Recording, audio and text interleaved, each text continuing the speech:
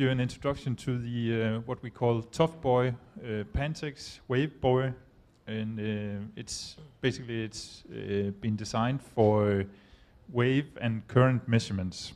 The overall design parameters was to try to come up with a solution that would mean the lowest possible cost for the owner and operator of the system.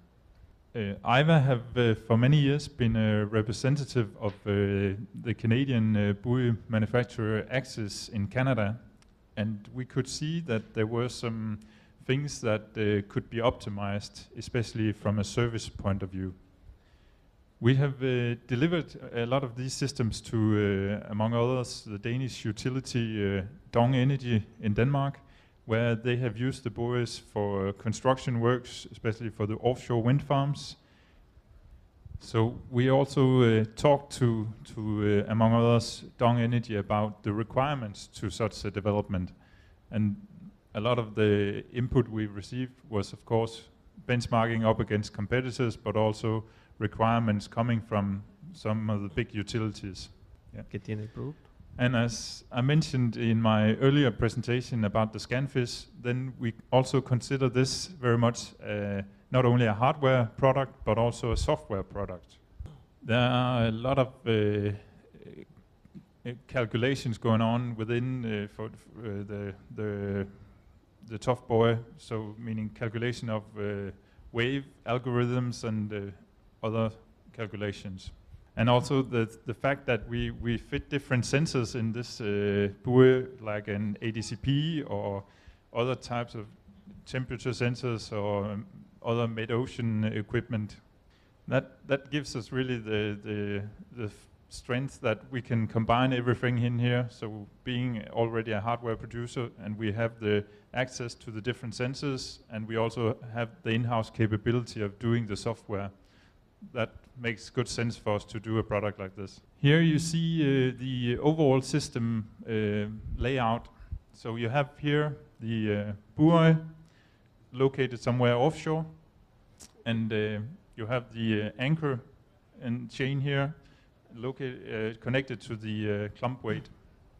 Then you have different kinds of communications. You could either transfer data via Iridium, so satellite-based, and of course, if you are relatively close to shore, meaning approximately no more than 10 kilometers, then you also have the possibility to send through GSM or VH8 radio.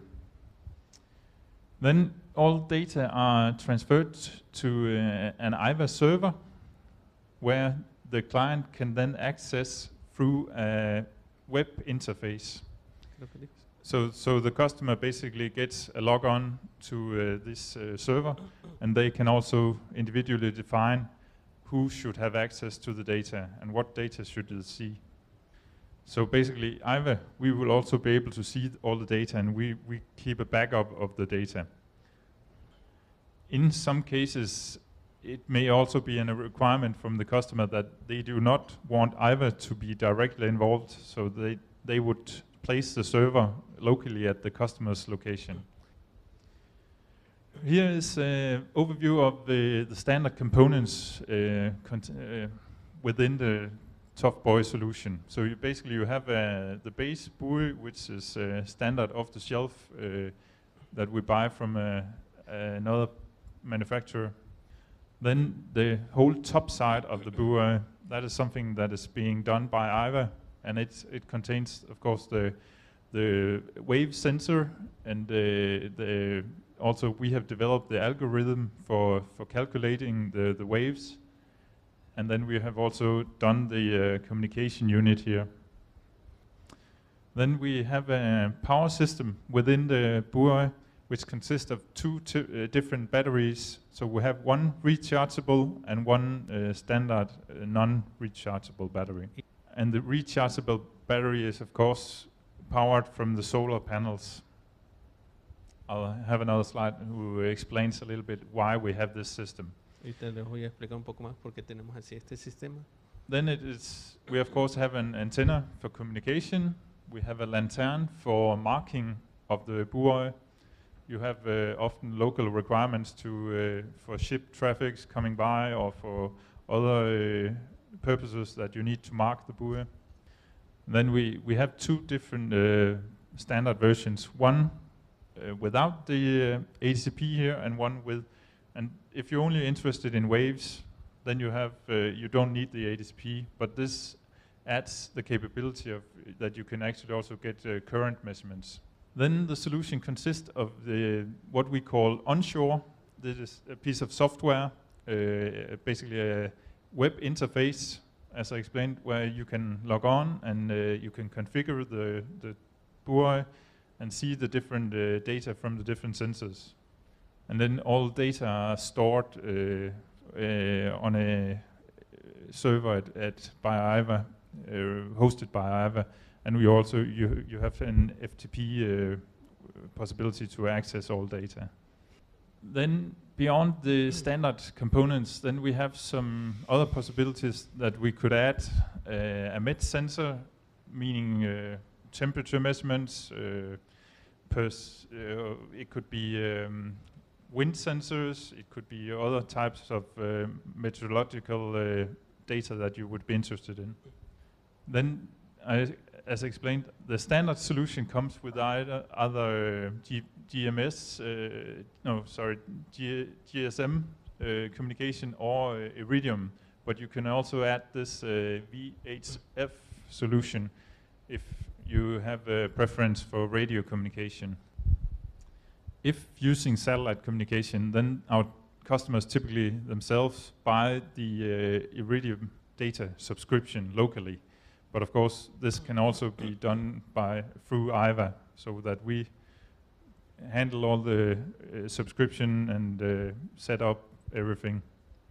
Then another option is to have an AIS receiver, so that you can actually, vessels coming through the area, they can also get information from the buoy, so that they get both current measurements or wave measurements.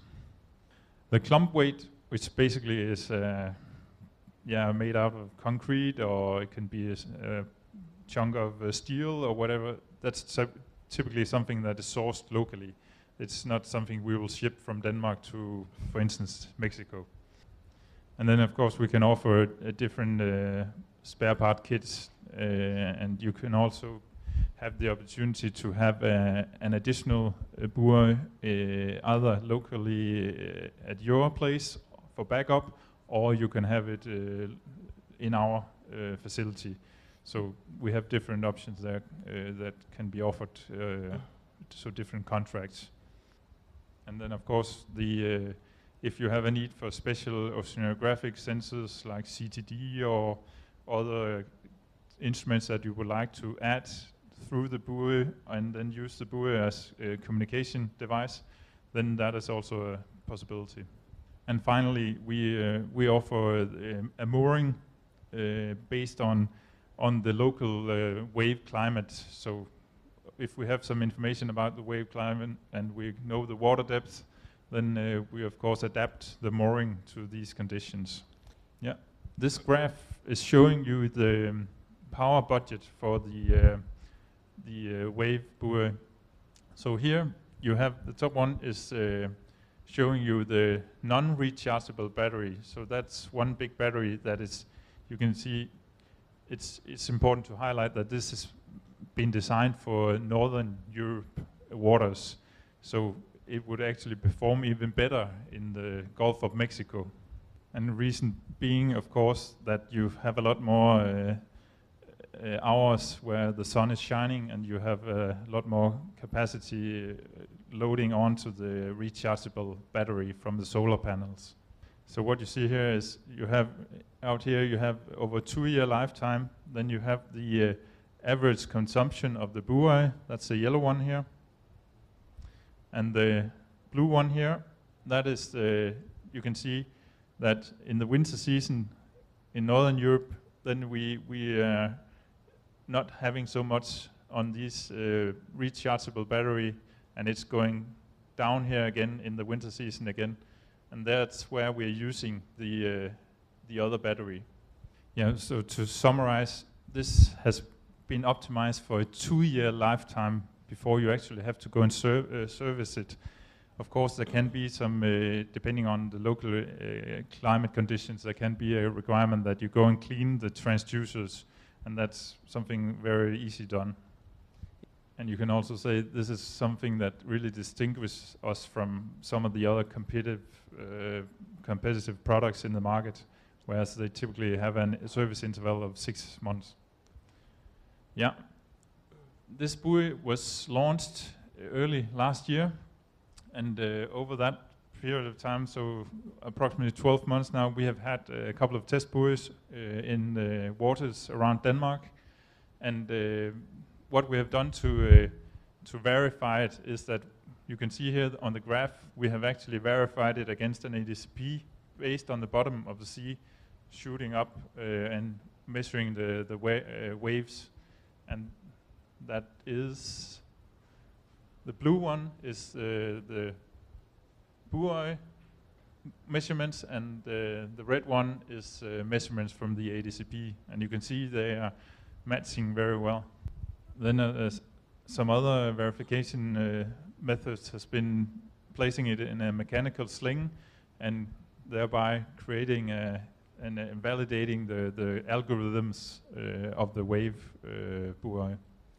And the same goes for, we have placed it in an indoor controlled environment where we have been able to create waves in a controlled manner.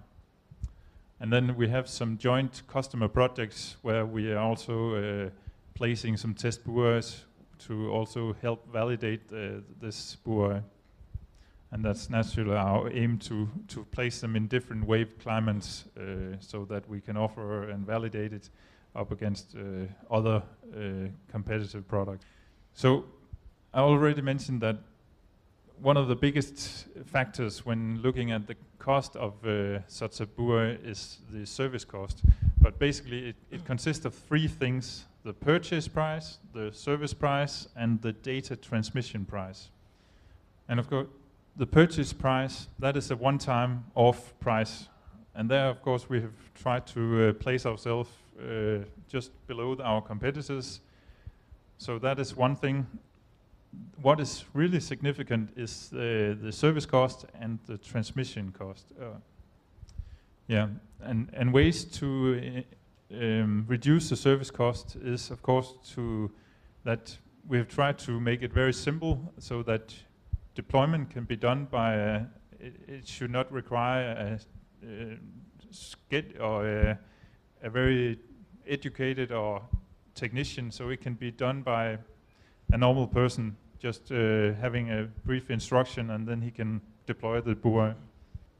And then I also mentioned that we have tried to optimize the battery life of the Tough Buoy so that you do not need to go and exchange the battery so often. Then the last one here, that's the transmission of data. That can be a rather big cost as well, especially if you're using satellite communication. And here we have tried to, in the way we package data, try to keep the bandwidth and the transmission of data as low as possible. Then from a service point of view, then we can see that the main cost driver is the vessel charter, which can be really expensive. And then, of course, the transport of the technician. We, as a company, can offer you to do both, of course, sell you the complete solution, but we can also offer you with the deployment of the buoy. But it often makes sense that you use a vessel already in operation at the local site, and thereby, if you're already going out there with crew or other types of equipment, then it would make sense to use the same vessel to deploy the buoy. So you can say that the main requirement is that you have a crane on board that can actually lift the buoy. Then we have some other options. we can actually also offer a solution where we have the software or the data transferred into a customer application.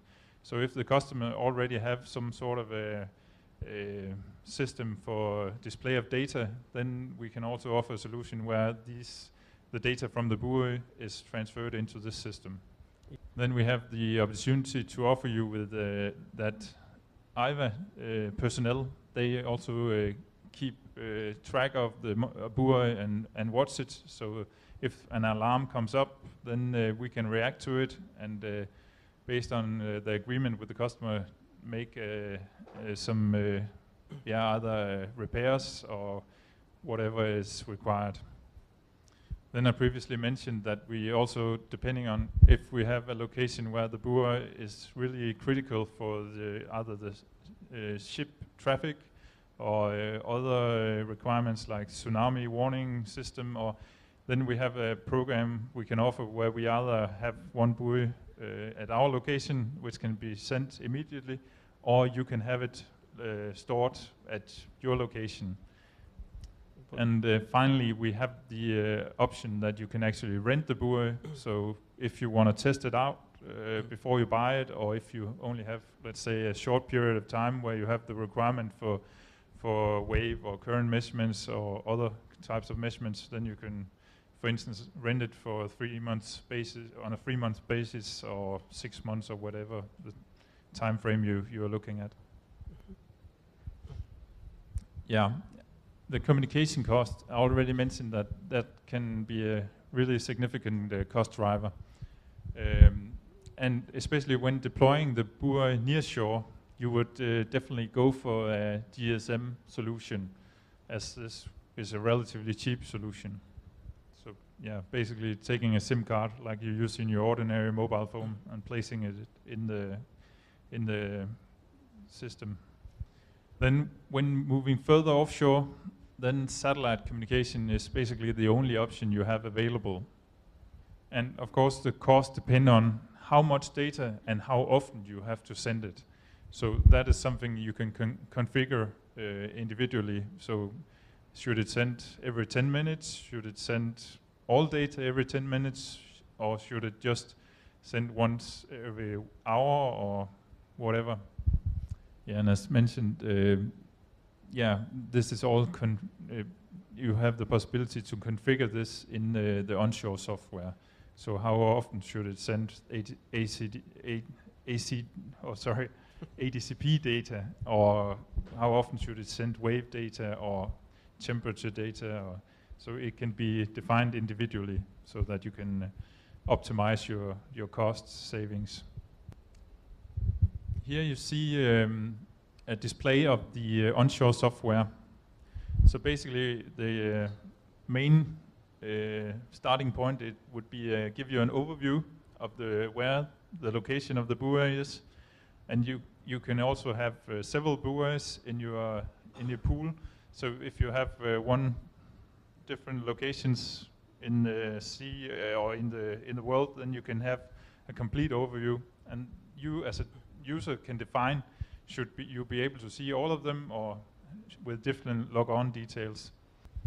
And here below you have basic information such as battery status and the position of the buoy, that okay, it's not moving anywhere, and you have the basic wave and the other types of information. Then on the next one here, there you can actually click on the individual buoy, and then you can see for all the different sensors that you have on board.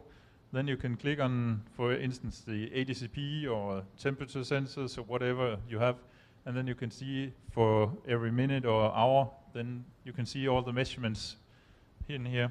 And then you also have the possibility to, if you do not just want the display like it is here, then you can also retrieve the data, the raw data from the buoy, and that can happen in 2 ways. You can either physically go out to the buoy and retrieve it from the USB stick, or you can actually also access it through the web interface here. This, of course, is a standard solution, but often our clients, they have specific requirements for processing of data. So that's the reason that we have this option that they can access the raw data also. Yeah, and then there's a lot of different places where this can be used and where we have already delivered systems to. And you can say the main features is the wave and current and mid data monitoring, which can be relevant a lot of places, like during offshore construction works, where both prior to starting construction, you want to have a good idea about how are the conditions on site. It can also be during construction, and of course after that you have constructed the project, where it may be required for servicing. Then you want to know, can we actually access the site by boat?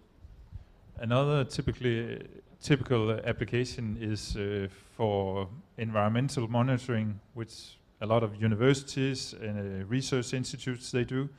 Then they typically fit different sensors on it, and they can have this data available. And then the last one is harbor monitoring, where you have a lot of ships coming in and out, and then if you have special current conditions or wave conditions, then they get a pre-warning of when accessing the harbor. Then that is also very useful for ship traffic coming in. Yeah, here you see some of the locations that we have already deployed, some of the buoys. The first one is showing you in the Indian Ocean, where we have 3 buoys, as I believe, installed close to Madagascar, or isn't it right? Here you see another deployment outside a harbor in Denmark, where they, as I mentioned previously, they want to have the current and wave data, because it's rather rough conditions when entering the port. Then to alert the vessels coming in, they have this information from the buoy. And this is the first buoy which was put in the water early last year. It's very close to our facilities in Denmark, and this is one we are doing tests on all the time, and we test out different equipment on it, and the other one that's just some of the being prepared for shipment in our workshop. And then there's a short movie. I don't know if some of you may have seen it already in the break, but it's just giving you an idea about how you can deploy it. Aquí vamos a ver una película, un video que quizás vieron durante el break, de cómo se colocan, cómo se ponen en su lugar las boyas. Ahí podemos ver. The clump weight being lifted onto the vessel.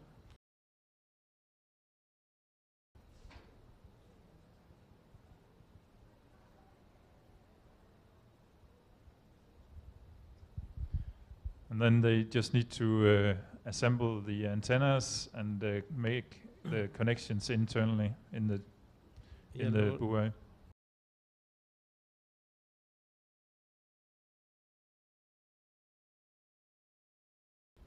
The black box you see that is being taken out, that's where all the communication and processors are located.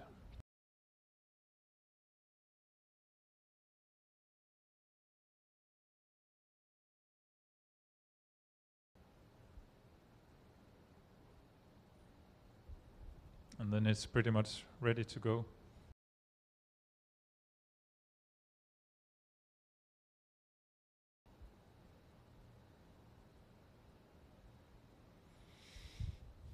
And then they have a laptop that they bring, so they can test the communication and see that everything is live.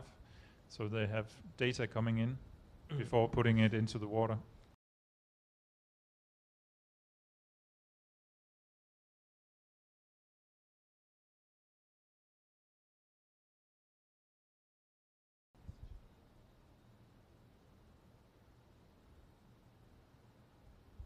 And the weight of this buoy is approximately 360 to 400 kilos, depending on what kind of sensors that you put in the.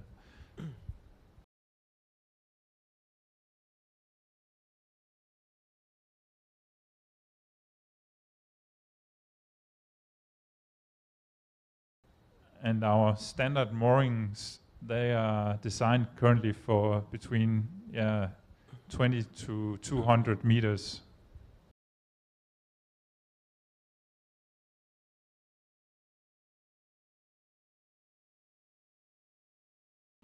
But of course, it's always also possible to deploy it at even bigger water depths.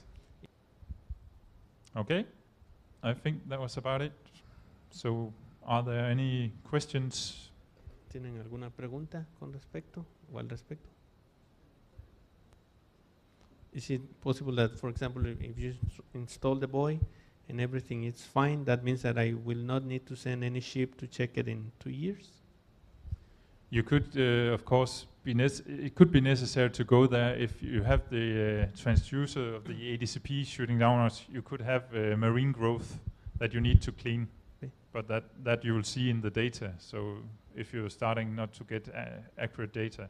And it depends a little bit on the size of data and the frequency of data you are sending, how fast the battery is draining. So it may be also possible if you have a fast update rate, for example 10 minutes, that you have already 2 services after 1 year. But as mentioned, it is very easy to exchange the main battery with the non-rechargeable battery. It's just to open the lid, take it up, and then put in a new one and put it in the connector again. And that can be done by a non-technician. Do you have like a kind of service where you go and place the buoy and then you collect the data and process it, and all you do is that you monitor everything and your job is just to deliver data to the client? Yeah, that's also a possibility. We also have that solution, yeah. Yeah, of course, it depends on where we are located, but